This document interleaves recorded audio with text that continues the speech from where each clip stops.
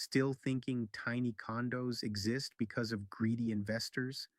Here's what actually happened this week that changes everything about buying a home in Canada.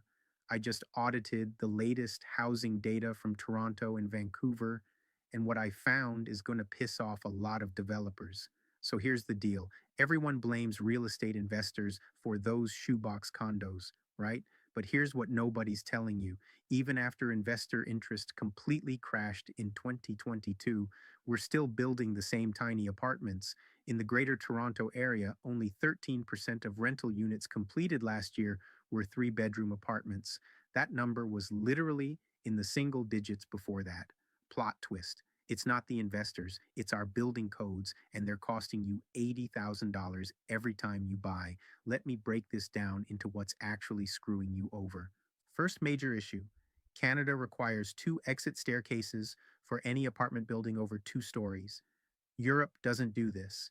Seattle hasn't required it since the 1970s.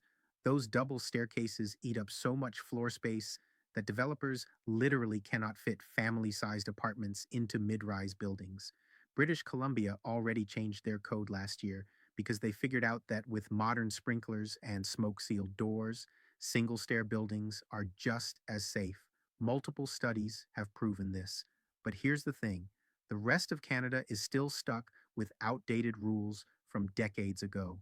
Second revelation, and this one's wild: our elevators cost 3 times more than they should. In New York, installing a basic elevator costs over $200,000. In Switzerland, less than 70,000. Why? Because North American standards are so different that we've basically blocked foreign competition and protected the domestic elevator industry. And who pays for that markup? You do, in your purchase price.